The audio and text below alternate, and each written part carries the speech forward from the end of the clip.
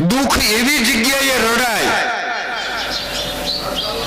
કે જ્યાં તમને આશ્વાસન મળે, જ્યાં તમને દુઃખનો રસ્તો મળે, જ્યાં તમારા દુઃખ દૂર કરવા માટે એ વ્યક્તિ કંઈક કરી શકે.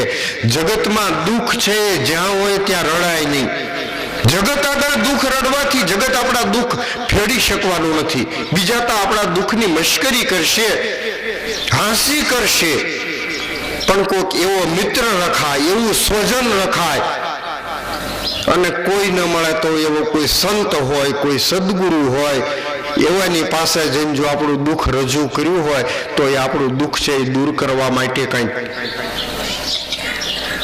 દશરથજી ગુરુ મહારાજની પાસે ગયા છે. વશિષ્ઠજી પૂછે છે, મહારાજા દશરથજી બધું બરાબર ચાલે છે કે? હા મહારાજ, પણ આજે મને એક વિચાર આવ્યો છે ને એ વિચાર આપની પાસે રજૂ કરવા માટે આવ્યો છું. આપ જો આજ્ઞા આપો તો પછી આ વાત હું જાહેર કરું. શું કહેવા માંગો છો મહારાજા? ગુરુ મહારાજ, હવે મારી ચોથી અવસ્થા, અને ચોથી અવસ્થા એ હરિભજન, છેલ્લી અવસ્થા. આ અવસ્થામાં જો ઈશ્વર ભજન ન થાય તો પછી ક્યારેય નથી થતું. ત્રણ અવસ્થામાં તમે કદાચ બાળપણ રમવામાં ચાલ્યું જાય, યુવાની છે એ ભોગમાં ચાલ્યું જાય, કમાવામાં જાય, નોકરીમાં, ધંધામાં, એમાં અવસ્થા જાય, પણ ત્યાર પછી ની જે છેલ્લી અવસ્થા છે એ છેલ્લી અવસ્થામાં જો હરિભજન ન થાય તો પછી મનુષ્ય દેહનો કોઈ અર્થ રહેતો નથી. આજ ભજન કરશું, કાલ ભગવાનને ભજશું, કાલે ભજશું, એમ કાલ કાલ કરતા કરતા કાળ ક્યારે આંબી જાય કોઈને ખબર નથી રહેતી. સમયની થપાટ જીવને લાગે તો બધું આયનાન પડ્યું રહે છે, કાંઈ હારે નથી આવતું. ઈશ્વર ભજન એક જ મહત્વનું છે. આ બધા શાસ્ત્રો વળી વળી સંતો છે એ વારંવાર આપણને આ જ વસ્તુ બતાવે છે. સમયનો સદુપયોગ કરી લેવો. મૃત્યુ અનિવાર્ય છે, મૃત્યુ ચોક્કસ આવવાનું જ છે. ક્યારે આવવાનું છે એ આપણને ખબર નથી. મોત ક્યારે આવે એનો સમય ઈશ્વરે તો નિર્ધારિત કરી જ રાખ્યો છે, આપણને એની ખબર નથી. અને આપણને ખબર નથી જે મહેમાન આવવાનો જ છે તો એના માટે કંઈક તૈયારી કરી રાખવી જોઈએ. અતિથિ ની તિથિ નક્કી નથી હોતી, એમ કાળની તિથિ કાળે નક્કી કરી હોય છે, પણ આપણને ખબર નથી. તો શબરીને એના ગુરુ મહારાજે કીધું હતું કે રામ આવશે, કોઈ સમય ન આપ્યો. વર્ષો સુધી શબરી રોજ તૈયારી કરી રાખતી. રામ આવવાના છે એ નક્કી છે, કદાચ આજે આવી જાય. રોજ છે એ આસન પાથરે, રોજ બોર વીણી આવે, રોજ વનફળ લઈ આવે, રોજ તૈયારી કરે. આવવાના છે એ નક્કી છે, ક્યારે આવવાના એ નક્કી નથી. કાળ આવવાનો છે એ નક્કી છે, મૃત્યુ આવવાનું છે એ નક્કી છે, ક્યારે આવવાનું એ આપણને ખબર નથી. તો ખબર નથી અને જે વસ્તુ આવવાની જ છે તો એના માટે શા માટે તૈયારી ન કરી રાખવી? મરણની તૈયારી જગતમાં મોટામાં મોટું આશ્ચર્ય કયું? શંકરાચાર્ય કહે છે કે મોટામાં મોટું આશ્ચર્ય કે જીવને ખબર છે કે મોત આવવાનું છે અને છતાંય માણસ જાણે કોઈ દિવસ મરવાનો ન હોય એ રીતે જીવે છે. એ મોટામાં મોટું આશ્ચર્ય છે.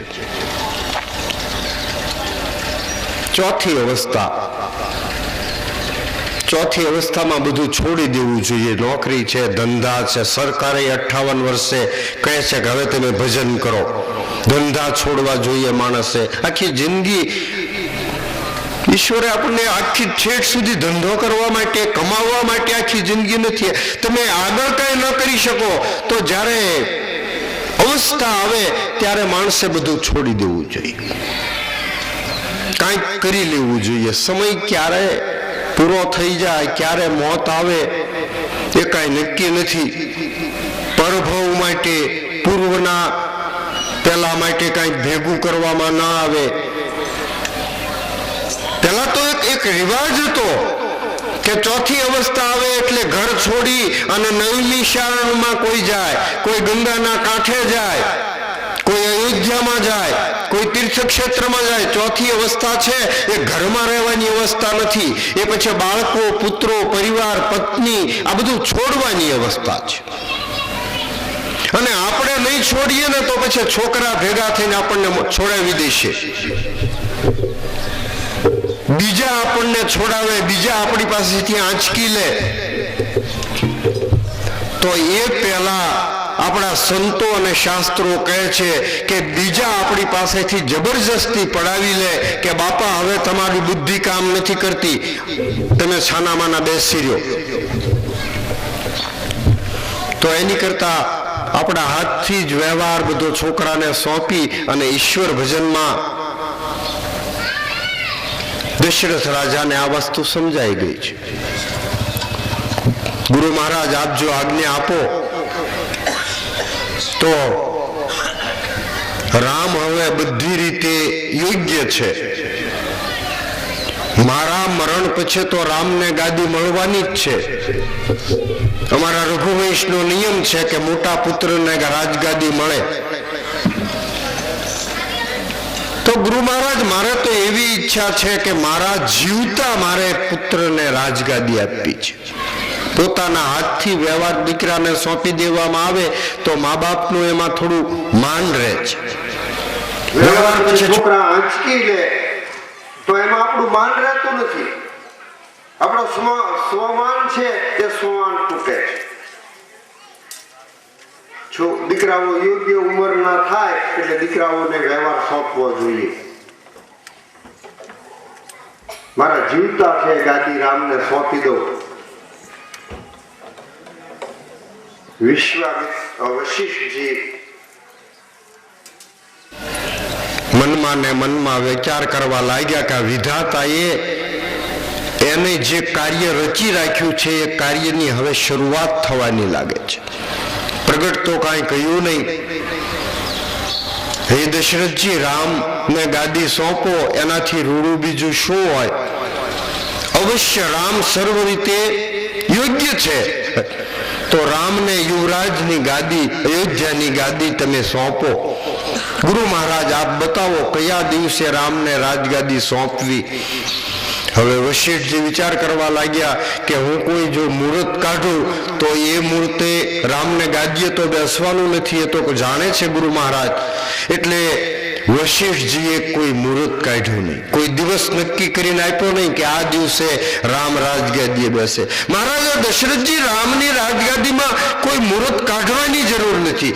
જ્યારે રામ ગાદીએ બેસે એ જ મોટામાં મોટું મુહૂર્ત છે. આની કરતા જેમ બને એમ જલ્દી રામને રાજગાદી સોંપો. દશરથજી આનંદમાં અયોધ્યા આવ્યા, સુમંતને બોલાવ્યા, નગરજનોને બોલાવ્યા, મહાજનોને બોલાવ્યા કે હે ભાઈઓ, આજે ગુરુ મહારાજની પાસે હું ગયો હતો અને ગુરુ મહારાજે રામને યુવરાજ પદે સ્થાપવાનું કહ્યું છે. તમે બધા જો સંમત હો, પ્રધાન સંમત હોય, નગરજનો સંમત હોય તો હું રામને ગાદી આપવા માટે ઈચ્છા કરું છું.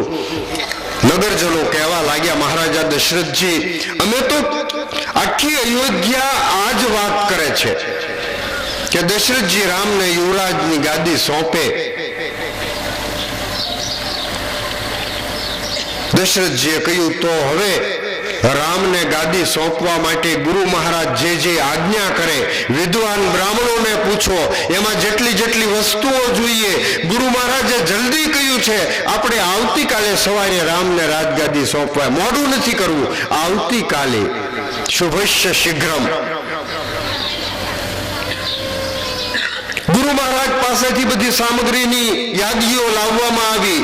રથ દોડવા લાગ્યા, અશ્વો દોડાવવા લાગ્યા અનેક કુવાનું જળ ભેગું કરવામાં આવ્યું, અનેક તીર્થોના પવિત્ર માટી લાવવામાં આવી, અનેક મૃગચર્મો લાવવામાં આવ્યા. જે વસ્તુ ગુરુ મહારાજે કહી ચારે બાજુ માણસો દોડાવવા લાગ્યા છે. અયોધ્યામાં જ આ સમાચાર મળ્યા. અયોધ્યા વાસીઓ આનંદમાં. આવતીકાલે રામ ગાદી ઉપર બેસવાનો, સીતાજી મહારાણી બનશે. અયોધ્યામાં તો આનંદનો સમુદ્ર જાણે ઉમટ્યો હોય.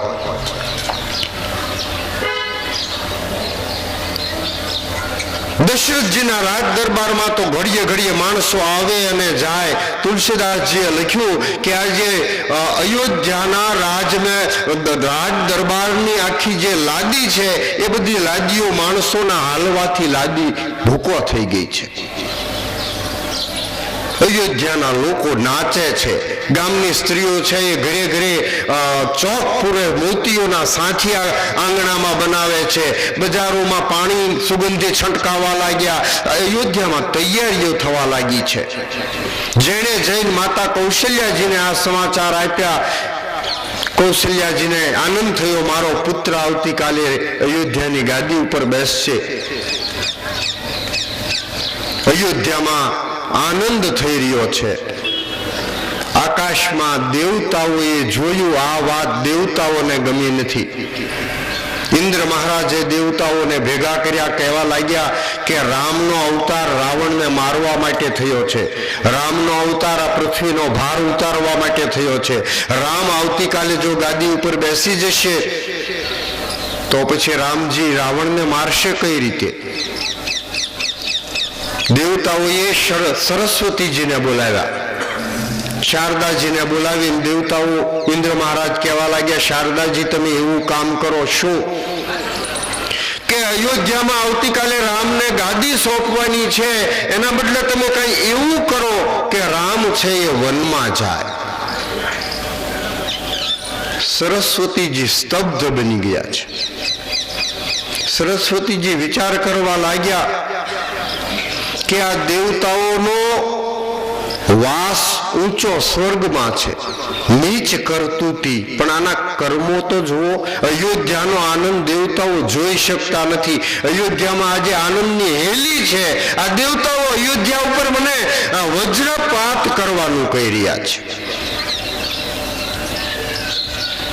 દેવતાઓ સમજાવવા લાગ્યા, સરસ્વતીજી આમાં રામને તો કાંઈ સુખ દુઃખ થવાનું નથી. વળી એ પોતે અવતાર પણ રામા અવતાર રાક્ષસોના નાશ માટે થયો છે.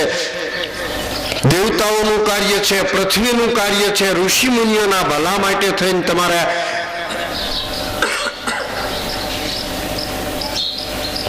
સરસ્વતીજી પરાણે તૈયાર થયા. વિચાર કરવા લાગ્યા. અયોધ્યાના આકાશમાં સરસ્વતીજી આવ્યા.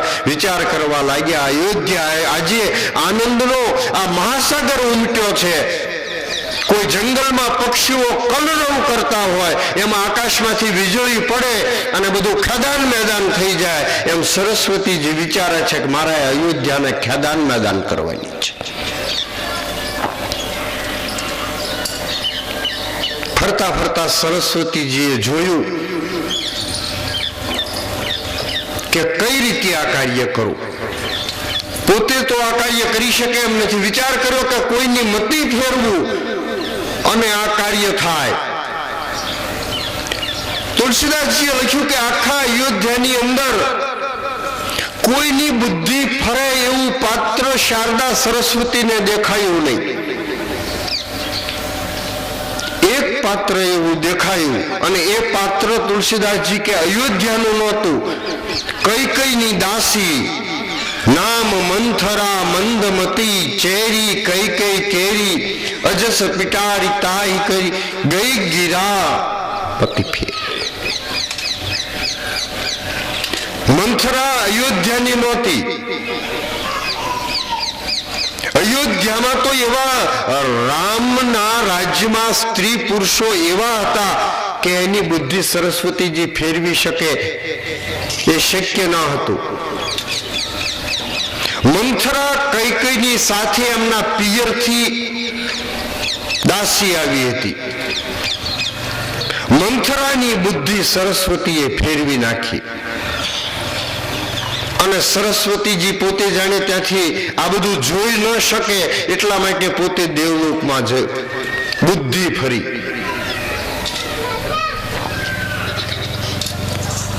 માણસની બુદ્ધિ ફરે એટલે માણસને બધું અવળું દેખાવા લાગે છે.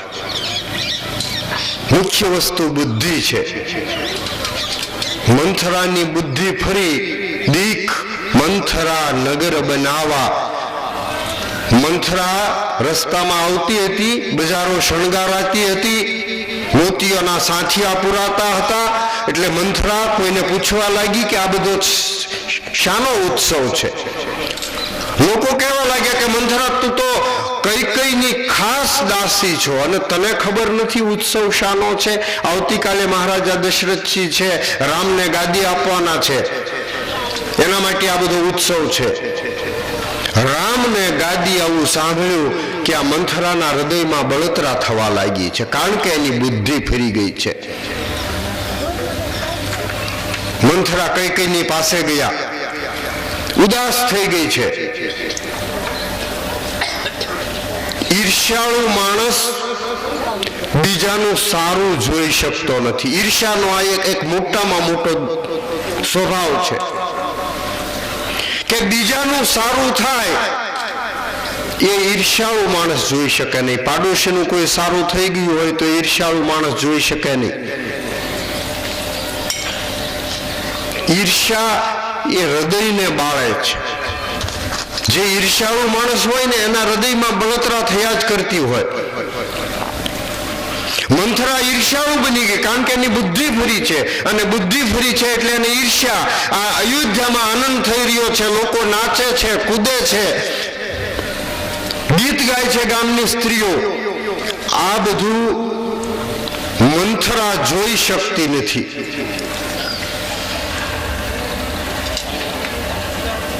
દીખ મંથરા નગરું બનાવવા કૈકેયીના મહેલે ગઈ. કૈકેયી પૂછવા લાગી, મંથરા તું ઉદાસ કેમ છો?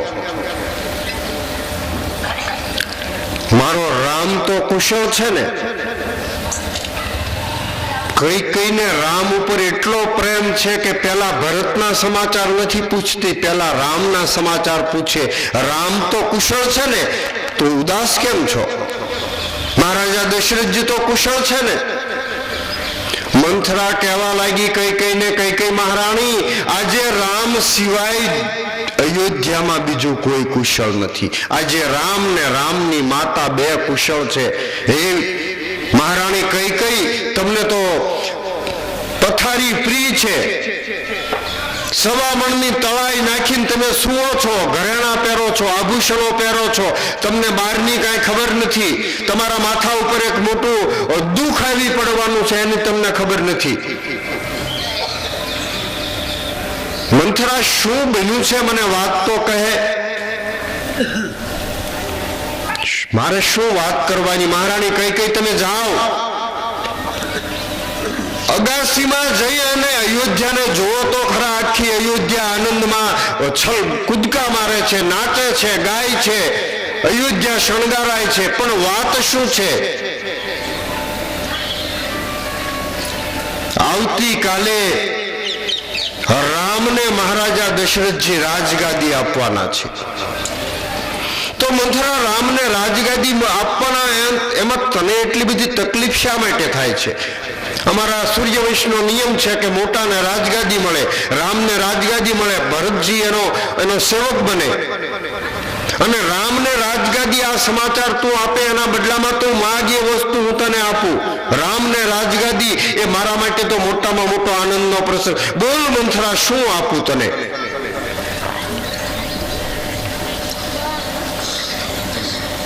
મંથરા કહેવા લાગી, મહારાણી કૈકેયી, રામને રાજગાદી તમે વિચાર કર્યો છે? રામને રાજગાદી મળે એમાં મને પણ તકલીફ નથી, પરંતુ મહારાણી આ બધું પૂર્વ આયોજિત ષડયંત્ર છે.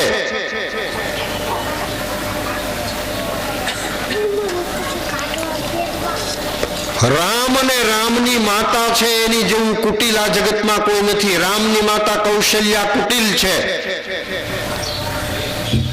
રામ ગાદી ગાદી માટે થઈ અને આ બધું પ્રયોજન કર્યું છે. ભરત ને શત્રુઘ્ન મોસાળમાં થઈ એ અરસામાં રામને રાજગાદી આપવાનું નક્કી કર્યું છે. હજી કૈકેયીના મનમાં દુર્બુદ્ધિએ વાસ નથી કર્યો. કૈકેયી ખીજાઈ ગયા છે. હે મંથરા, તું અમારા ઘર ફોડવાની વાત કરે છો, અમારા ઘરમાં ઝઘડો કરાવવાની વાત કરે છો. આમ કૈકેયીએ મંથરાની જીભ પકડી છે. મંથરા, હવે પછી આવી ઘર ફોડની વાત કરી તો હું તારી જીભ ખેંચી લાઈશ. તુલસીદાસજીએ લખ્યું કે જીભ ઉપર કૈકેયીએ હાથ મૂક્યો. મંથરાની જીભ ઉપર જે સરસ્વતીજી હતા એ સરસ્વતીજી કૈકેયીની આંગળી મારફત એના શરીરમાં પ્રવેશ કર્યો છે અને સરસ્વતીજી કૈકેયીની બુદ્ધિ ફેરવવા લાગ્યા છે. મંથરા અનેક જાતની વાતો કરવા લાગી.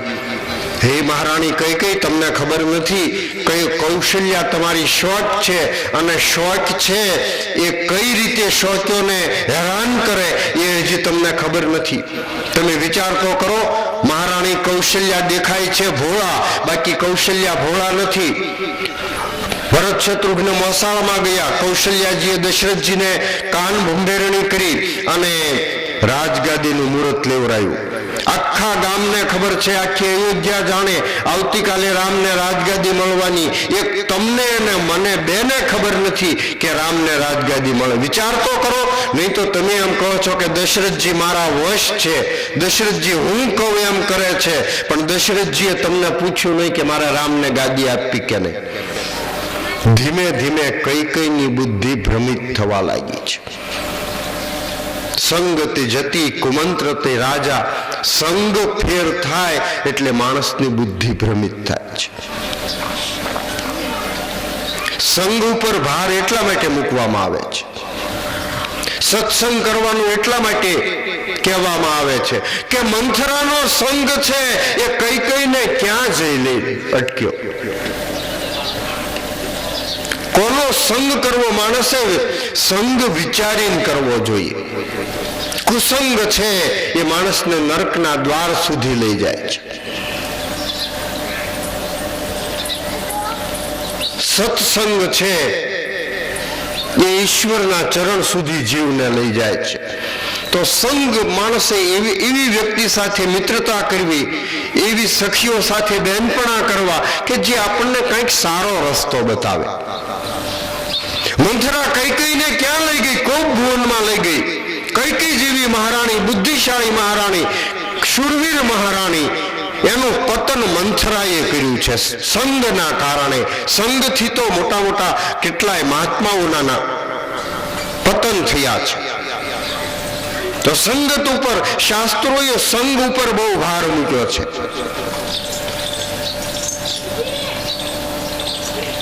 મંથરાનો સંગ કૈકેયીના પતનનું કારણ બન્યો છે. ધીમે ધીમે કૈકેયીને વારંવાર માણસ ઘર્ષણ કરે એટલે ગમે એવો માણસ હોય ને એનું મન છે એ ફરવા લાગે. એકની એક વસ્તુ મન ઉપર મારવામાં આવે તો બુદ્ધિશાળી માણસનું મન, કોઈ દારૂડિયા ભાઈબંધ આપણો હોય તો ક્યારેક ક્યારેક કીધા કરે એમને થોડોક લે એમ કરતા કરતા ક્યારેક માણસનું મન છે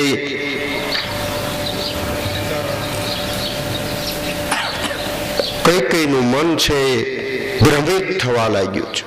મહારાણી યાદ રાખજો, મંથરા કહે છે આવતીકાલે જો રામ ગાદી ઉપર બેસશે ને તો તમારા માટે દુઃખનું ઝાડ રોપાઈ ગયું એમ તમે માનજો. રામ ગાદી ઉપર બેસશે, કૌશલ્યાજી છે રાજમાતા બનશે, ભરતજીને રાજના કેદમાં પૂરવામાં આવશે અને મહારાણી કૈકેયી તમારે તો રાજમહેલ વાળવાનું કામ કરવું પડશે. માટે યાદ રાખી લેજો, આજની રાત તમારા હાથમાં છે. આવતીકાલની સવારે જો રામ ગાદી ઉપર બેસી જાય તો બધી વસ્તુ ખતમ થઈ જશે. કૈકેયીનું હૃદય હવે કુટિલ થઈ ગયું છે. હે મંથરા, મને આવી ખબર ન હતી. મારા માટે તું એક જ હિતે જ છું છો. મને ખબર નહીં કે મહારાજા આવા મેલામનના છે, કૌશલ્યાજી આવા કુટિલ છે. હવે મારે શું કરવું? મને કાંઈ સૂચતું નથી. મંથરા, તું રસ્તો બતાવ. મંથરાએ અનેક શોકોની વાતો કહી બતાવી. મંથરા કહેવા લાગી, મહારાણી કઈ કઈ શોક કદ્રુ વનિતા હિ દિન દુઃખ. કદ્રુ અને વનિતા એક ગરુડની માતા અને એક સર્પોની માતા, એને એકબીજાને કેવા દુઃખ દીધા એની વાત છે એ મંથરાએ કહી બતાવી. મહારાણી શોકે તો હવે હું શું કરું? કઈ કઈએ મંથરાનું શરણ સ્વીકારી લીધું, એને વશ થઈ ગયા છે.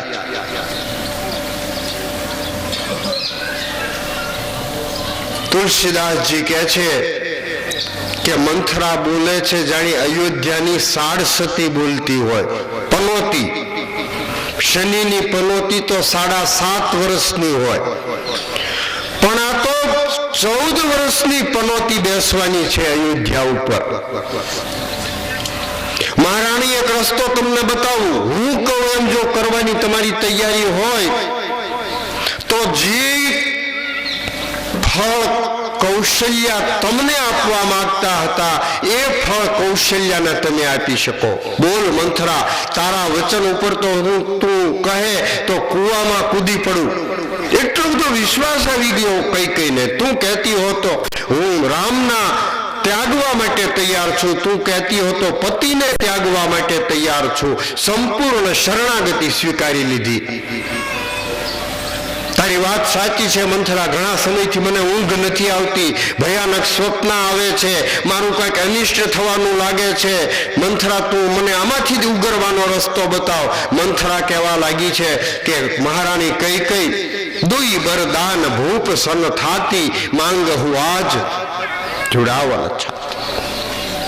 મહારાણી, તમે મને અવારનવાર કીધા કરતા હતા કે દશરથજી પાસે તમારા 2 વરદાન માંગણા છે, યાદ છે તમને? કઈ કઈના 2 વરદાન દશરથજી પાસે બાકી હતા. મહારાણી કઈ કઈ આ તો એક સંગના કારણે કઈ કઈને દોષિત બન્યા. કઈ કઈ બહુ શૂરવીર સ્ત્રી છે. મહારાજા દશરથજી જ્યારે જ્યારે લડાઈમાં જતા તો મહારાણી કઈ કઈ લડાઈમાં એની સાથે જતી એવી કથા છે. ઇન્દ્ર મહારાજ દેવલોક ઉપર જ્યારે રાક્ષસોએ હુમલો કર્યો તો ઇન્દ્ર મહારાજે દશરથજીને મદદ માટે બોલાવ્યા છે. દશરથજી દેવતાઓને મદદ કરવા માટે ઇન્દ્રલોકમાં જાય એ વખતે કઈ કઈ મહારાણી સાથે જાય છે. કઈ કઈ રથમાં પાછળ બેસીને દશરથજીને પાછળથી જે ઘા આવે એ કઈ કઈ ઝીલતા. એટલા તો શૂરવીર સ્ત્રી છે. દેવલોકમાં લડાઈ રાક્ષસો સાથે મહારાજા દશરથજી કરી રહ્યા હતા. બરાબર લડાઈ એવી જામી છે, દશરથજી જીતવાની તૈયારી ઉપર છે. મહારાણી કઈ કઈ રથમાં પાછળ બેઠા છે. એમાં દશરથ મહારાણી કઈ કઈની નજર ગઈ કે રથનું જે પૈડું હતું એ પૈડાનો આડો જે ખીલો હોય એ નીકળી ગયો છે, પૈડું તૂટવાની તૈયારીમાં છે. કઈ કઈએ જોયું કે રથ પડશે, દશરથજીને રાક્ષસો ખલાસ કરી નાખશે. શૂરવીર સ્ત્રી છે. કઈ કઈએ વિચાર કરીને પોતાની આંગળી હતી એ પૈડાની આડી નાખી દીધી છે. વજ્રનો રથ, આંગળી આખી લોહી લુહાણ, આંગળી આખી આંગળી ટેકાવી રાખી. જ્યાં સુધી લડાઈ પૂરી ન થઈ ત્યાં સુધી કઈ કઈ આંગળી છે રથના પૈડાને પડવા નથી દીધું. આ તો ક્ષત્રાણી છે. દુઃખ સહન કરવાનું, ઘા સહન કરવાનું કાર્ય છે એ શૂરવીર માણસોને વરેલું છે.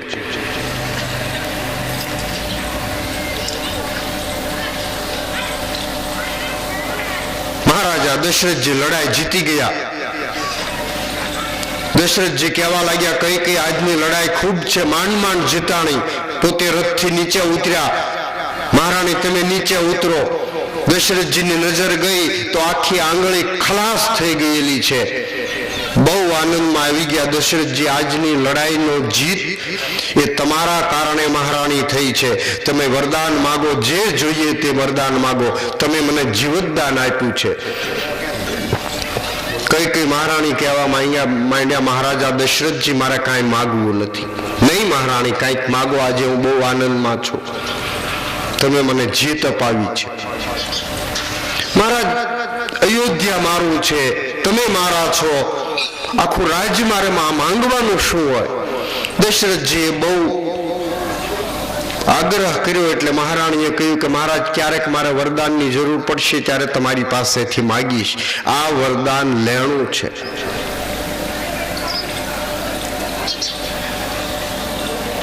મંથરા આજે યાદ આપે છે, તમારા વરદાન દશરથજી પાસે બાકી છે, આજ માગો, આજે સમય છે. અને એ વરદાનમાં શું માગો? મહારાણી બરાબર યાદ રાખજો, એક વરદાનમાં તમારા ભરત માટે રાજગાદી માગી લો. જે ગાદી રામને મળવાની છે એ ગાદી તમારા ભરતને મળવી જોઈએ. અને બીજા વરદાનમાં રામ માટે વનવાસ માગી લો.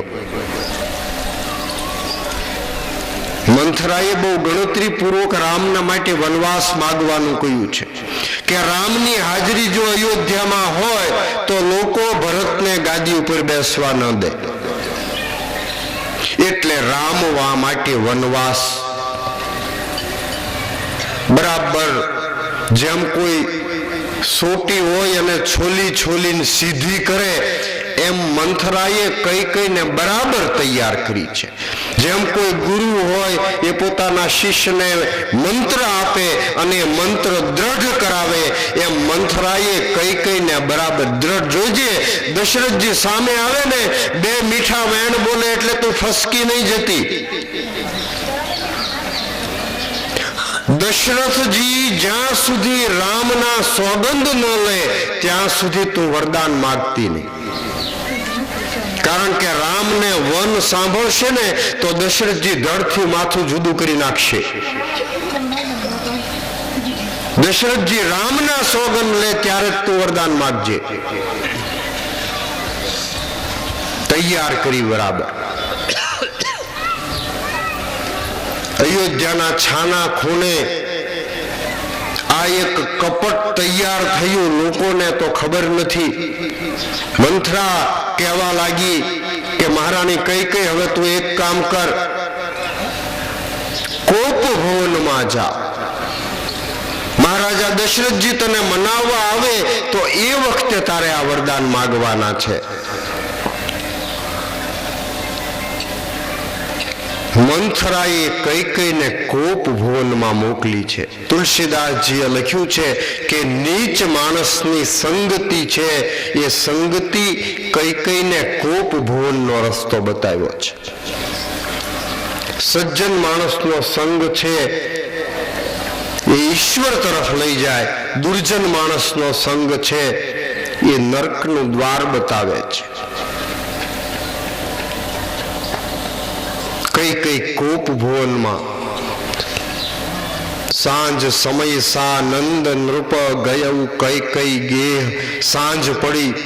હવે કઈને આ વાતની ખબર નહોતી કે રામને રાજગાદી. દશરથજીએ ઈરાદાપૂર્વક કઈને આ સમાચાર નહોતા મોકલ્યા. મહારાજા દશરથજીને એમ થયું કે હું જાતે જઈ અને કઈને આ સમાચાર આપું. કારણ કે કઈજી ઘણી વખત કયા કરતા કે રામને ગાદી સોંપો, રામને ગાદી સોંપો. એટલે દશરથજીને એટલી હોશ હતી મનમાં કે આજે કઈને જઈને હું સમાચાર આપું કે તારા રામને હું ગાદી આપવાનો છું. રાજસભાનું કામ આરોપી અને મહારાજા દશરથજી કઈના મહેલે આવે છે. કઈના રાજમહેલમાં કઈની હાજરી નથી. મંથરાને પૂછે છે, મંથરા મહારાણી કઈ ક્યાં? મંથરા કે મહારાજ મને ખબર નથી મહારાણી કઈ ક્યાં. છેલ્લે મેં મહારાણી કઈને કોપ ભુવન તરફ જતા જોયા છે. મહારાણી કઈ કોપ ભુવનમાં ગયા છે એવું સાંભળ્યું કે આ દશરથજીના પગ છે એ ઢીલા પડવા માંડ્યા છે. દશરથજી જે જોમમાં ચાલ્યા આવતા હતા, રામના રાજગાદી દેવાના આનંદમાં ચાલ્યા આવતા હતા, એના બદલે દશરથ રાજાના પગ છે એ ઢીલા પડી ગયા છે. તુલસીદાસજીએ દશરથજીની આલોચના કરી કે જે માણસ દેખવું કામ પ્રતાપ, કામનો પ્રતાપ તો જુઓ. દશરથજી જેવો માણસ, દેવતાઓ જેને લડાઈમાં બોલાવે, ઇન્દ્રનું વજ્ર જેને મારી શકે નહીં, ભવાનીની તલવાર જેને મારી શકે નહીં, એને કામના બાણ છે એ દશરથજીને ઘાયલ કરે. દશરથજી કૈકેયીની સુંદરતામાં આસક્ત હતા, એટલે તુલસીદાસજીએ આલોચના કરી છે. દશરથજી એટલા બધા સ્વરૂપવાન હતા કે એના રૂપની અંદર દશરથજીને વિશેષ આસક્તિ હતી, અને એ આસક્તિના કારણે આ બધો બનાવ બન્યો છે. દશરથજીના પગ ઢીલા પડી ગયા. ધીમે ધીમે દશરથજી કોપ ભુવન વિચાર કરવા લાગ્યા કે મહારાણી શા માટે રિસાયા હશે, શું વાત હશે કે કૈકેયીને રિસાવવું પડ્યું હશે. ધીમે ધીમે મહારાજા પગથિયા ચડવા લાગ્યા. કોપ ભુવનમાં જઈને જોયું તો કૈકેયીએ ખરાબ વસ્ત્રો, જૂના લુગડા પહેરી લીધા છે. આભૂષણો બધા ઉતારીને ચારે બાજુ વેરી નાખ્યા છે. દશરથજીને ખબર તો પડવી જોઈએ ને કે રાણી રિસાયા છે. તુલસીદાસજી કે કૈકેયીએ ભૂલમાં બીજા આભૂષણો તો ઉતારીને નાખી દીધા, પણ હાથમાંથી સૌભાગ્યના કંકણ ઉતારીને તે નાખી દીધા છે. વિધાતાએ જાણે અગાઉથી કૈકેયીને વૈવિધ્ય, વિધવાપણું જેને આવવાનું હોય, અગાઉથી તૈયારી જેમ કરી હોય, આભૂષણો બધા ફેંકી દીધા. મહારાજા દશરથજી ઉપર આવ્યા, જોયા તો કૈકેયી જમીન ઉપર સૂતા છે. નજીક આવ્યા મહારાજા દશરથજી, કૈકેયીના હાથ ઉપર હાથ મૂકીને પૂછવા લાગ્યા કે હે તુરાની રિસાની પરસત પાની પતિ નિવારઈ, મહારાણી શા માટે રિસાયા છો? એમ કહીને હાથ ઉપર હાથ મૂક્યો, અને જેમ કોઈ નાગણી ફૂફાડો મારે એમ કૈકેયીએ હાથ છે તરછોડી દીધો છે. મહારાજા દશરથજી પડતા પડતા રહી ગયા. મનાવવા લાગ્યા છે, હે મહારાણી, હે સુંદર સ્ત્રી. કામના વચનો મહારાજા દશરથજી બોલે છે. સ્ત્રી તરફની આસક્તિ, દશરથજી જેવાને આ આસક્તિનું ચૂકવવું પડે છે. કૈકેયી તરફની આસક્તિ છે એ દશરથજીને સહન કરાવે છે. સ્ત્રીની આસક્તિ છે, સ્ત્રી માયા છે, અને માયામાં જે ફસાય છે, કામીપણું છે, એ માણસને અધોગતિમાં નાખે છે. તુલસીદાસજી જેવો કોઈ કામી ન હતો એવું કહેવામાં આવે છે.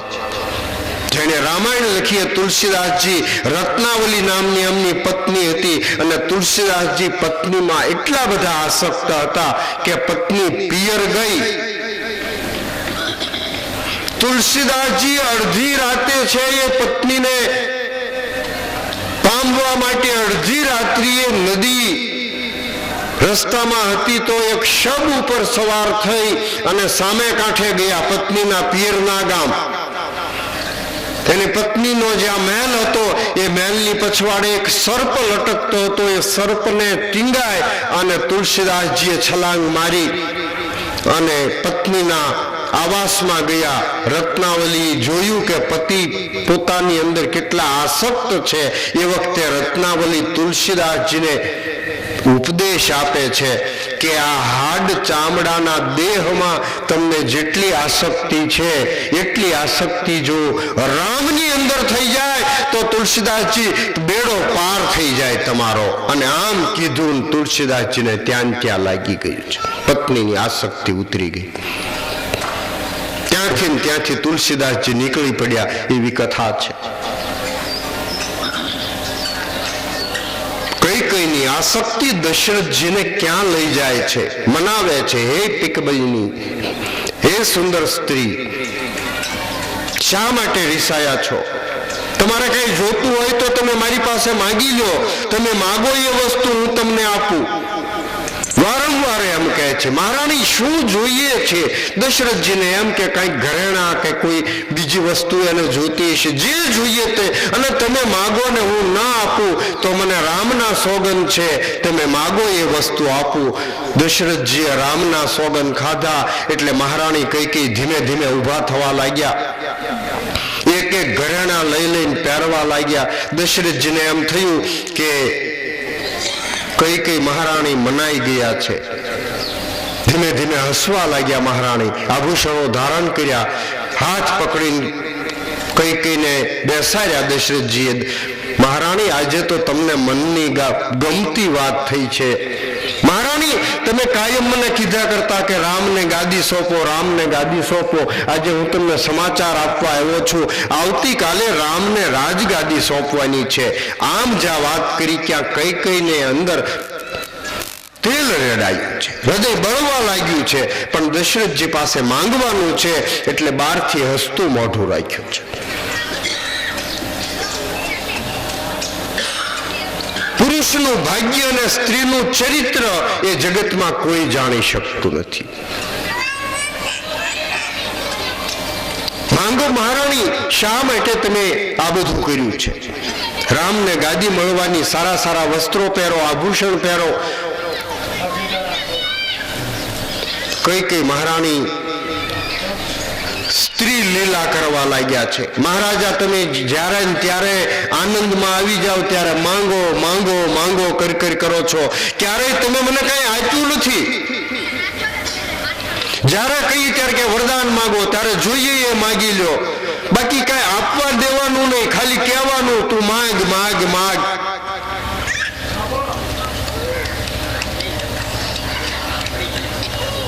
ક્યારેય આપ્યું નથી. મહારાણી, ક્યારે તમે માગ્યું, ક્યારે મેં ના આપ્યું? તમે ક્યારે માગ્યું નથી. મહારાજ, બીજું તો ઠીક, પણ મારા 2 વરદાન થાપણ તરીકે તમે રાખ્યા છે, એ વરદાન મને મળશે કે કેમ એની મને શંકા છે. જ્યારે કહી કે તર્કે માગી લે માગી લે માગી લે, બાકી આપવા લેવાનું કાંઈ પેલા લકોડ શંખની જેમ આલે આલે લે લે, પણ દેવાનું કાંઈ નહીં. વાત છે ને કે બ્રાહ્મણને શંકર ભગવાન પ્રસન્ન થયા, બહુ પૂજા કરી એટલે શંકર ભગવાન પ્રસન્ન થયા. પ્રસન્ન થઈને એક શંખ આપ્યો, કીધું કે આ શંખ છે એની તું પૂજા કરજે ને આ શંખની પાસે રોજ તું માગીશ એ વસ્તુ તને મળશે. એટલે આ બ્રાહ્મણ શંખને ઘરે લઈ ગયો, રોજ એની પૂજા કરે અને જે કાંઈ જોઈએ એ બધું એના ઘરે તો સાહેબી થઈ ગઈ દોમ દોમ. એની બાજુમાં એક ઈર્ષાળુ બીજો બ્રાહ્મણ રહેતો હતો.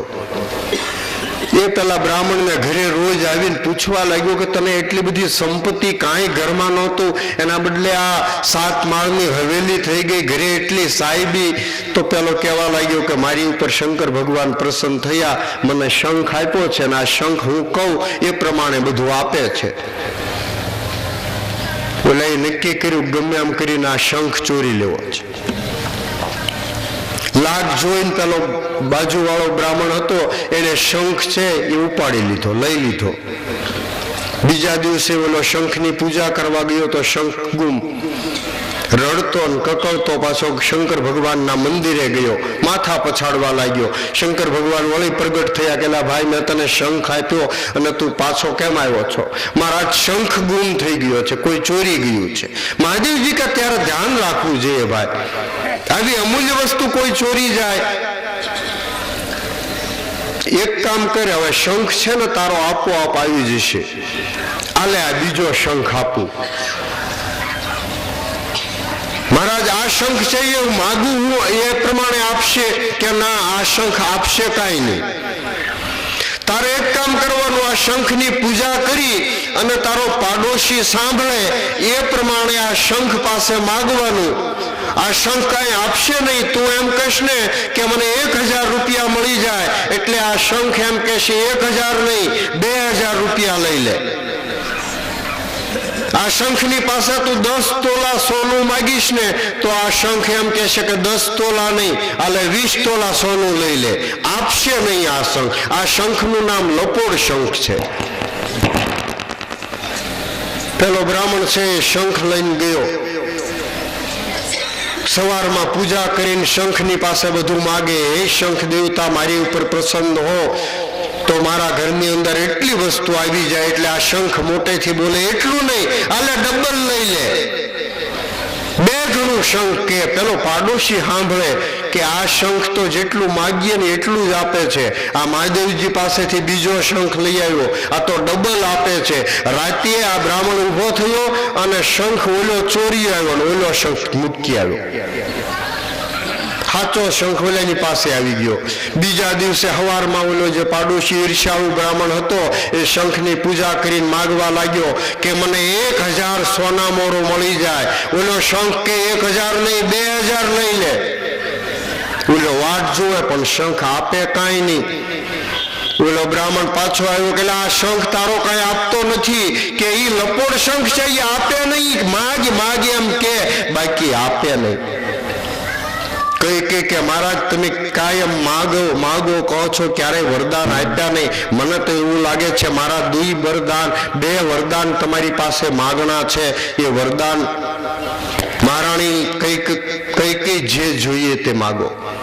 વળી મારો સ્વભાવ ભૂલકણો, હું ભૂલી ગયો હો. વરદાન માગો. ક્યારે તમે માગ્યા અને ક્યારે મેં ન આપ્યા.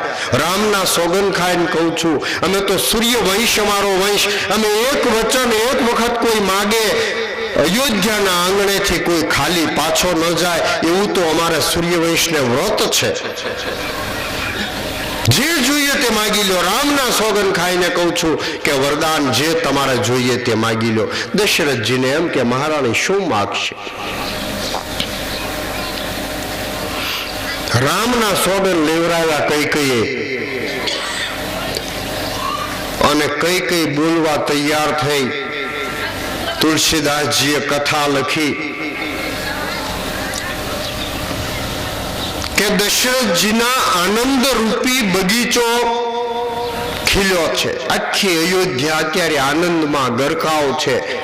કોઈ જંગલમાં છે એ પશુઓ પક્ષીઓ છે એ કલરવ કરી રહ્યા હોય, તેતરો છે એ અવાજ કરી રહ્યા હોય, અને જેમ કોઈ શિકારી છે એ બારણું ખોલીને બાજને શિકાર ઉપર મોકલે અને એ બાજની ઝપટ થાય અને બધા પક્ષીઓ વેરણ છેરણ થઈ જાય, એમ કઈ છે એ હોઠ ખોલે છે. વચન રૂપી બાજ છોડવા માટે તૈયાર થયા છે. માંગો મહારાણી. મહારાણી કઈ વરદાન માગે છે. તુલસીદાસજીએ લખ્યું છે કે જાણે સાક્ષાત કોઈ નાગણી હોય અને નાગણીની 2 જીભ હોય છે. કઈને તુલસીદાસજીએ નાગણીની ઉપમા આપી, નાગિન. 2 વરદાન રૂપી 2 જીભ છે કઈના મોઢામાં. ડંખ દેવા માટે તૈયારી કરે છે. દશરથજીને મર્મ સ્થાન ગોતે છે કે ક્યાં ડંખ મારું અને ઝેર છે એ આખા શરીરમાં ચડી જાય. માંગો મહારાણી વરદાન. મહારાણી કઈ વરદાન માગે છે કે મહારાજ તમે જો મને વરદાન આપવા માંગતા હો તો આવતીકાલે જે રાજગાદી તમે રામને આપવાના છો, દેહુ એક બર ભરત હિ ટીકા. પહેલું વરદાન માંગુ છું કે એ રાજગાદી જે શાસન રામને આપવાના છો એ શાસન મારા ભરતને અયોધ્યાની ગાદી મળવી જોઈએ. આ મારું પહેલું વરદાન છે. અને દુસર કર બર માંગહુ કર જોરી પૂર્વહુ નાથ મનોરથ મોરી. હે મહારાજા, બીજું વરદાન તો હું તમારી પાસે હાથ જોડીને માંગુ છું. કઈને ખબર છે કે બીજું વરદાન સાંભળતા મહારાજની મતિ સ્થિર નહીં રહે, એટલે કહે છે કે હાથ જોડીને આ વરદાન માંગુ છું. તમે જો મને આપવા માંગતા હો તો તાપસ વેશ વિશેષ ઉદાસી 14 વર્ષ રામ વનવાસી તપસ્વીનો વેશ ધારણ કરી અને રામ 14 વર્ષ વનમાં જાય. આ મારું બીજું વરદાન છે. જ્યાં 14 વર્ષ રામ વન કીધું ત્યાં મહારાજા દશરથજીને ચક્કર આવવા લાગ્યા છે. રાજમહેલ ફરવા લાગ્યો દશરથજીને.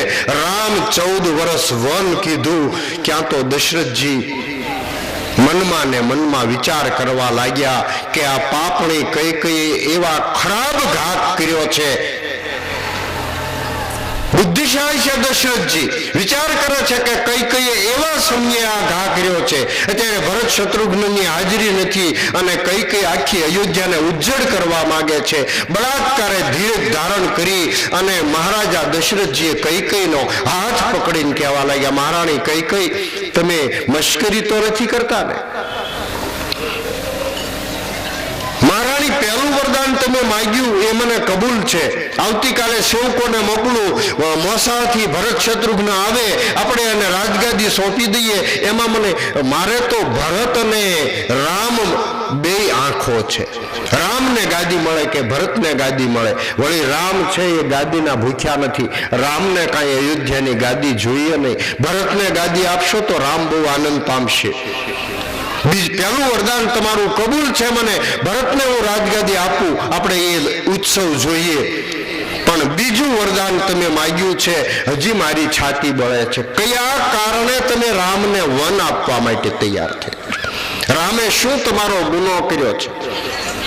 તમે તો કાયમ કીધા કરતા કે રામ તો મને બહુ પ્રિય છે, ભરત કરતા રામ પ્રિય છે એમ કહેતા હતા, અને આજે તમે રામને વન મોકલવા માટે તૈયાર થયા છો. વિચાર તો કરો મહારાણી, શા માટે આ વરદાન માંગ્યા? કઈ ખીજાઈ ગયા છે. કઈ કહેવા લાગ્યા, મહારાજા દશરથજી, હમણે તો તમે કહેતા હતા માગ ને વરદાન માંગ્યા, ત્યાં હવે તમે આવી વાત કરો છો. મહારાજા, બે વસ્તુ એક હારે ન બને. લડાઈમાં શૂરવીર કેવરાવવું અને આગળ ઊભું ને રહેવું નહીં. દાનવીર કેવરાવવું અને દાન આપવું નહીં. લોટ ફાંકવો અને ખડખડાટ હસવું, બે વસ્તુ એક હારે ન બને. દાની કેવરાવવું, કોઈ વરદાન માગે અને વરદાન આપવાની ના કહી દેવી. મહારાજા, તમારા વંશની હમણાં તો વાતું કરતા હતા. હમણાં તો તમે કહેતા હતા અમે તો શિબી દધીચી હરિશ્ચંદ્રના વંશમાં જન્મેલા છીએ. મહારાજા, સત્ય આમ નો રહે. સત્ય પાળવા માટે તો હરિશ્ચંદ્ર જેવાને છે બજારમાં વેચાવવું પડ્યું ત્યારે સત્ય રહ્યું. શિબી રાજાને દેહના દાન દઈ દેવા પડ્યા.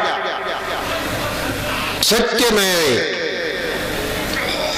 જાળવવા માટે કઈક ભોગ આપવો પડે છે. બે વરદાન માંગીએ ક્યાં તો તમે સ્ત્રીઓની જેમ રડવા લાગ્યા છો. મહારાજા, તમારે સત્ય સાચવવું હોય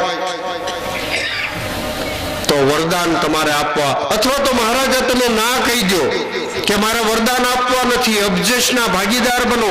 જગતમાં કહેવાશે કે સૂર્યવંશમાં મહારાજા દશરથજીએ આપેલું કઈ અને આપતા નથી. દશરથજીની પરિસ્થિતિ ભયાનક થઈ છે. દશરથજીની આંખમાં આંસુ છે.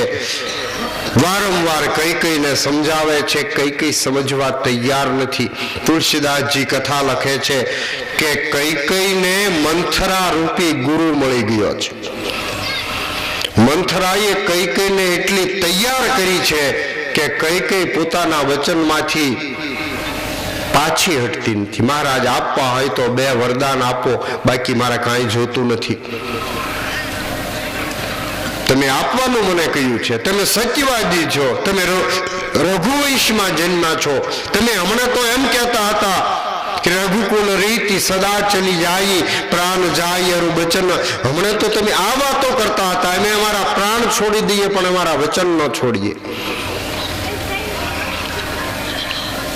રઘુવંશના નિયમ છે મહારાજા કે આંગણે આવીને કોઈ માથું આપે તો માથું આપી દઈએ. કઈ તું માથું માગી જાવ ને તો એક ક્ષણનો વિલંબ ના કરું, માથું ઉતારીને તારા પગમાં રાખી દઉં. પણ રામના વિયોગમાં તું મને મારવા માટે તૈયાર થઈ છો. હે મહારાણી, તડપાવીને તડપાવીને મારવા કરતા તું મને માથું માગને તો માથું ઉતારીને આપી દઉં, બાકી રામનો વિયોગમાં હું તડપી તડપીને મરીશ. વિચાર તો કર મહારાણી, રામે શું તમારું બગાડ્યું? કૌશલ્યાજીએ મને આ બાબત ક્યારેય નથી કહ્યું કે રામને રાજગાદી સોંપો. આ તો મેં જ તે આવો વિચાર કર્યો. મોટાને ગાદી મળે, આપણા સૂર્યવંશનો નિયમ છે, એટલા માટે મેં રામ માટે ગાદી, અને તમને પૂછ્યા વગર આ બધું મેં કર્યું.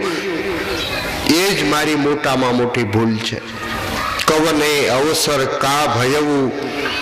દશરથજી મનમાં વિચાર કરે છે, એક સ્ત્રીનો વિશ્વાસ કર્યો તો આખો અવસર પલટી નાખ્યો છે. રામ ગાદી નો આનંદ માણવાનો હતો, એના બદલે કઈ છે મારા મનના મનોરથો રૂપી જે બગીચો ખીલ્યો હતો, એ આખો બગીચો જેમ કોઈ હાથણી છે એ કમળના ફૂલને વિખેરી નાખે, એમ કઈ મારા આખા જીવનનો આનંદ ઝૂંટવવા તૈયાર થઈ છે. અનેક પ્રકારે મહારાજા દશરથજી કઈને સમજાવવા લાગ્યા. કોઈ રીતે કઈ સમજતા નથી. મહારાજ આપવા હોય તો આ 2 વરદાને, અને છેલ્લી વખત કહી દઉં, આવતીકાલે સવારમાં પ્રાતઃકાળે જો રામ વનમાં નહીં જાય તો એમ માનજો કે હું જીભ કરડીને આત્મહત્યા કરી લઈશ. જગતમાં તમારો અપજેશ થશે, સ્ત્રી હત્યાનું પાપ લાગશે. આ 2 માંથી તમારે શું નક્કી કરવું એ તમારે કરવાનું છે. બાકી હવે આપવું હોય તો આ 2 વરદાનમાં. દશરથજીને ચક્કર આવ્યા. દશરથજી જમીન ઉપર પડી ગયા છે. ઘણી વાર માટે બેભાન થઈ ગયા, વળી પાછા ભાનમાં આવ્યા. દશરથજીને તો આખો રાજમહેલ ફરતો હોય, ચક્કર આવે, જાણે ચારે બાજુથી અવાજ આવતો હોય કે તાપસ વેશ વિશેષ ઉદાસી, 14 બરસ રામ વનવાસી. રામનો વનવાસ, રામનો વનવાસ, ચારે દિવાલોમાંથી અવાજ આવતા હોય. દશરથજી જેવો શૂરવીર વ્યક્તિ, સૂર્યવંશનો એક મહાન રાજા, એક મહાન સમ્રાટ, એક સ્ત્રીનો વિશ્વાસ કરવાથી આજે જમીન ઉપર બેહાલ થઈને પડ્યો છે. કવને અવસર કા ભયવું, ગયું નારી વિશ્વાસ.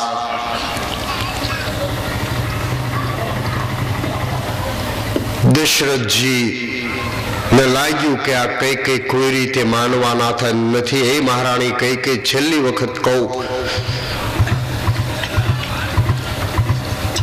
કે હવે તારે જેમ કરવું હોય એમ કર, તું મારી આંખ સામેથી હવે દૂર થઈ જા. દશરથજી અનેક પ્રયત્નો કરી જોયા, મહારાણી કઈ માન્યા નથી. દશરથજી રામ રામ રામ કરીને બેભાન થઈ અને પૃથ્વી ઉપર, જમીન ઉપર પડ્યા છે. તેજ વગરનો જેમ કોઈ ચંદ્ર પડ્યો હોય એમ દશરથજી પડ્યા છે. આખી રાત દશરથજી આ પ્રમાણે પડી રહ્યા. વહેલી સવારના 4 વાગ્યા અને રાજમહેલ ઉપર શરણાઈઓના સૂર વાગવા લાગ્યા, ચોઘડિયા વાગ્યા. આજે દશરથજીને આ મંગળ સ્વર ગમતા નથી. ગામના લોકો બધા તૈયાર થઈને રાજમહેલના આંગણે આવીને ઉભા રહી ગયા. ક્યારે દરબાર ખુલે, ક્યારે દશરથજી રામને રાજગાદીનું તિલક કરે, ક્યારે સીતાને રામ ગાદી ઉપર બેસે, ક્યારે આ બધું બને, ક્યારે આપણી આંખોથી આપણે રામ સીતાને ગાદી ઉપર જોઈએ. લોકો બધા ભીડ થઈ છે. હજી રાજમહેલના દરવાજા ખુલ્યા નથી. લોકોએ ભેગા થઈ નગરજનોએ સુમંતને બોલાવ્યા. હે પ્રધાન સુમંત, આપણા ઘરે પ્રસંગ હોય ને, પિછલે પહર નિત ભૂપતિ જાગા. દશરથજીનો નિયમ હતો કે વહેલી સવારમાં જાગી જતા, અને એમાંય આપણા ઘરે પ્રસંગ હોય ને તો માણસ વધારે વહેલો જાગે. દશરથજી આજે તો એને ઊંઘ ના આવવી જોઈએ, એને બદલે હજી રાજના દ્વારો બંધ છે. રાજમહેલમાં સામાન્ય માણસો તો જઈ શકે નહીં. તમે જાઓ સુમનજી, તપાસ કરો દશરથજી હજી કેમ તૈયાર થયા નથી. સુમંતજી રાજમહેલની અંદર આવ્યા. સમાચાર મળ્યા કે દશરથજી કૈકેયીના મહેલે છેલ્લે ગયા છે. સુમંતજી કૈકેયીના મહેલે આવ્યા. કૈકેયીના મહેલે જુએ તો શમશાન જેવી શાંતિ છે. કૈકેયી નથી, મહારાજા નથી. મંથરાને બોલાવી. મંથરા, મહારાણી કૈકેયી ક્યાં? મહારાજા દશરથ ક્યાં? મંથરા તો અજાણી થઈ ગઈ છે. મહારાજ મને કાંઈ ખબર નથી. 6 છેલ્લે મહારાણી કઈ કોપ ભુવનમાં ગયા હતા અને દશરથજી પણ સાંજે એ બાજુ જતા મેં જોયા છે. સુમંતજી કોપ ભુવનના પગથિયા ચડીને ઉપર ગયા અને ત્યાં જઈને જોયું તો દશરથજી જેમ કોઈ સિંહણે હાથીને પછાડ્યો હોય અને હાથી જમીન ઉપર પડ્યો હોય અને સિંહણ ભૂખી ખોરાકની મારવાની તૈયારી હોય એમ દશરથજી જમીન ઉપર પડ્યા છે.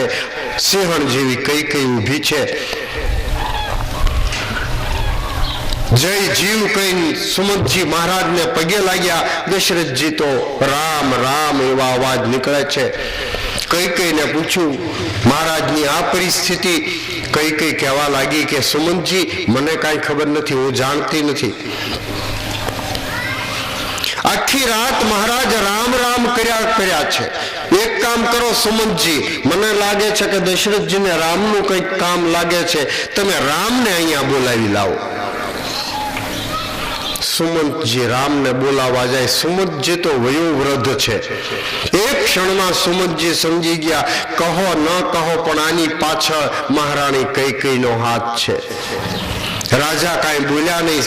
દશરથની મરજી જોઈ અને સુમંતજી રામને બોલાવવા મહેલની બહાર નીકળ્યા. લોકો બધા ઘેરીને ઉભા રહી ગયા. સુમંતજી શું વાત છે? શા માટે દશરથજી જાગ્યા નથી? કાંઈ કીધું નહીં સુમંતજીએ કે તમે થોડી વાર શાંતિ રાખો, હમણાં દશરથજી તૈયાર થાય છે. સુમંતજી રામના મહેલે. રામજી હજી તો જાગૃતિ થયા નથી, હજી તો રાત્રિના વસ્ત્રમાં રામ છે. ત્યાં સુમંતજીનું આગમન થયું. સીતાજીને સમાચાર મળ્યા. સુમંતજી આવ્યા. રામના પત્ની સીતાજી માથા ઉપર છેડો નાખી અને સુમંતજીને ખોળો પાથરીને પગે લાગે છે. રાજરાણી છે. સુમંત વયોવૃદ્ધ છે, પિતા સમાન છે, મર્યાદા છે. સીતાજી પગે લાગ્યા છે, આશીર્વાદ આપ્યા. રામજી આવ્યા. રાત્રિના વેશમાં રામજીને જોઈ સુમંતજી આપ અહીંયા આવ્યા, સેવક મારફત કહેવરાયું હોત તો હું તમારી પાસે આવે. શું છે? કઈ નહીં રામજી, પણ મહારાજા દશરથજીએ તમને તુરત જ બોલાવ્યા છે. જલ્દી તમારે આવવાનું છે અને જલ્દી આવવાનું કીધું. રામજીએ પગમાં કઈ પહેર્યું નહીં, રાત્રિના વસ્ત્રો હતા એમનેમ સુમંતજીની પાછળ નીકળી ગયા. રામને લઈને સુમંતજી કઈના મહેલે. અયોધ્યાવાસીઓએ જોયું, કહો ન કહો પણ રાજમહેલમાં કંઈક એવો બનાવ બન્યો છે. ઉઘાડા પગે રામજી રાત્રિના વેશમાં લઈને સુમંતજી જાય છે. સુમંત રામને લઈ કઈના મહેલે. રામચંદ્રજીએ જઈને જોયું તો પિતાજી યયાતિ રાજા જેમ જમીન ઉપર પડ્યો હોય એવા દશરથજી ક્યારેક જાગૃત થાય, રામ રામ એવા શબ્દો બોલે છે.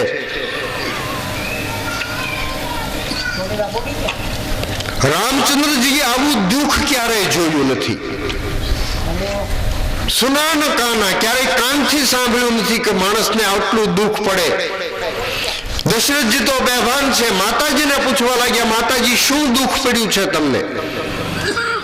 મારા પિતાજી કયા દુઃખના કારણે આ બેભાન થઈ ગયા છે? હે માતાજી, હે જનની, મને કહો. મહારાણી કઈ કહેવા લાગ્યા, હે રામ, તમારા પિતાને બીજું કોઈ દુઃખ નથી. તમારા તરફનો સ્નેહ એક જ દુઃખ છે, એ સિવાય બીજું કોઈ દુઃખ નથી. માતાજી કહો તો ખરા. રામ સરળ છે. મહારાણી કઈ રામને કઈ બતાવે, રામજી આમાં કોઈ બીજી વાત નથી.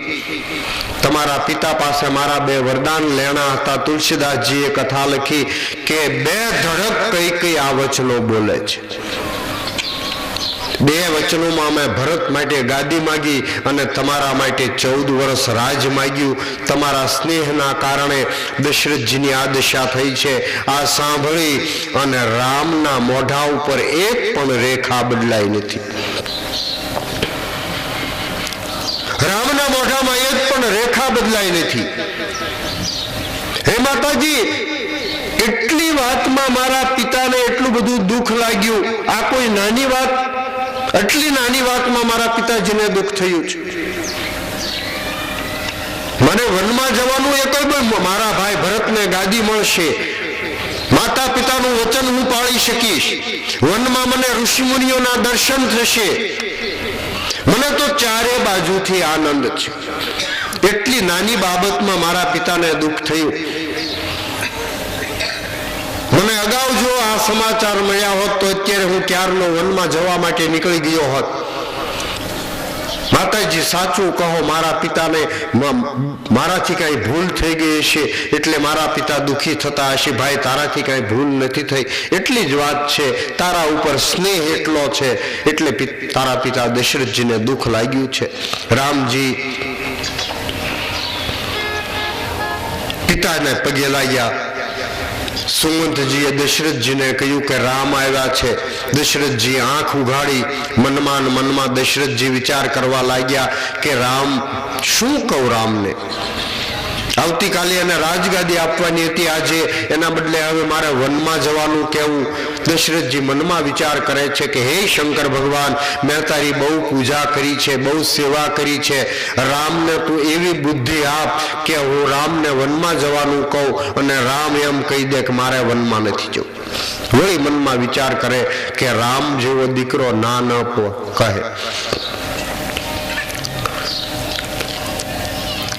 દશરથજીએ નક્કી કર્યું કે હું જ રામને કહી દઉં કે મારું વચન મિથ્યા ભલે જાય, મને અબજશ ભલે મળે, મને મારો સ્વર્ગ લોક ભલે નાશ પામે, બાકી રામને મારે વનમાં મોકલવા નથી.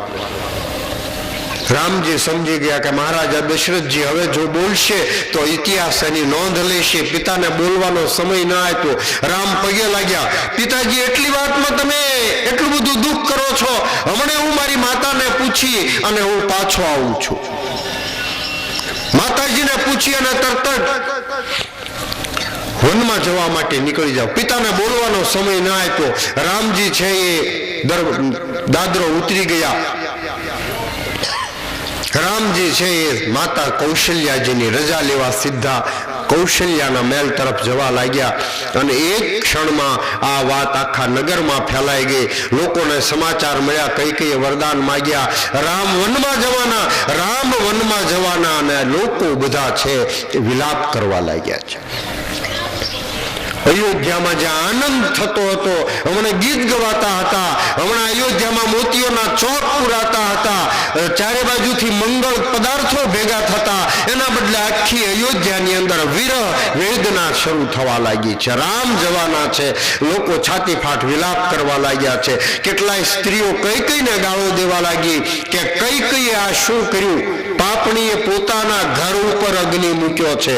કેટલાય કઈઓને આ પ્રમાણે કઈને ગાળો દે છે. રામ છે માતા કૌશલ્યાજીના મહેલ તરફ. રામ જ્યારે કૌશલ્યાજીના મહેલે આવ્યા ત્યારે કૌશલ્યાજી નાઈ ધોઈને તૈયાર થઈ ગયા હતા. કૌશલ્યાજી બધી તૈયારી કરવા લાગ્યા હતા. એને તો ખબર છે કે અત્યારે રામને રાજગાદી ઉપર બેસાડવાના છે. રામ આવી અને માતાજીના ચરણમાં વંદન કર્યા. કૌશલ્યાજીએ આશીર્વાદ આપ્યા, પુત્રનું કપાળ ચૂમ્યું. કૌશલ્યાજી કહેવા લાગ્યા, હે રામ, હજી તમે રાત્રિના વસ્ત્રોમાં છો, હજી તમે સ્નાન કર્યા નથી. હે ભાઈ, જલ્દી સ્નાન કરી લો, વસ્ત્રો પહેરી લો, આભૂષણ પહેરો, હમણાં તમારા પિતા બોલાવશે. રાજગાદીનું મુહૂર્ત કયા સમયે છે? હું થોડો કંસાર કરી નાખું, કંસારના 2 કોળિયા તમે ખાઈ લો. માતાજીને હજી કઈ જે કઈ વસ્તુ કઈ એ વસ્તુ આ કુટિલતાનો ખ્યાલ નથી. રામે વિચાર કર્યો કે માતાજીને કઈ રીતે આ બધું સમજાવવું. પોતાની સાથે સુમંતનો પુત્ર હતો, એને કહ્યું કે તમે વાત કરો. રામે તો એટલું જ કીધું કે માતાજી, મારા પિતાએ મને રાજગાદી આપવા માટે જે મુહૂર્ત નક્કી કર્યું એ મુહૂર્તમાં કોઈ ફેરફાર નથી થયો. સવારનું શુભ ચોઘડિયું એ ચોઘડિયામાં ફેર નથી થયો. ફેર એટલો થયો કે મને અયોધ્યાનું રાજ મળવાનું હતું, એના બદલે મને મારા પિતાએ વન રાજ આપ્યું છે. સુમંતના પુત્રે બધી વાત કૌશલ્યાજીને કહી કે કઈ વરદાન માગ્યા, રામ માટે વન, ભરત માટે ગાદી. કૌશલ્યાજી ઊભા ને ઊભા સ્તબ્ધ બની ગયા છે. સોનાની વેલ હોય એની ઉપર વીજળી પડે અને એક ક્ષણમાં વેલ કાળી થઈ જાય, એમ કૌશલ્યાજીનું તેજ છે એ તેજ ઝાંખું પડી ગયું છે. ઊભા ઊભા મહારાણી વિચાર કરવા લાગ્યા કે હું શું કરું, મારે બોલવું શું? એક બાજુ પુત્રનો પ્રેમ છે, એક બાજુ પતિનું વચન છે. કૌશલ્યા જેવી સ્ત્રી મનમાં ને મનમાં વિચાર કરે. ઘડીક થાય છે કે દીકરાને રોકી રાખવું, વનમાં જવાની, કે પિતાની આજ્ઞા કરતા માતાની આજ્ઞા મોટી છે, હું આજ્ઞા આપું છું કે રામ તારે વનમાં નથી જવાનું. તો બીજી ઘડી પોતે પતિવ્રતા સ્ત્રી છે, પોતે વિચાર કરે છે કે મારે પતિના વચન ઉપર મારાથી પગ ન મૂકી શકાય. મારા પતિએ આજ્ઞા આપી હોય રામને વનમાં જવાની.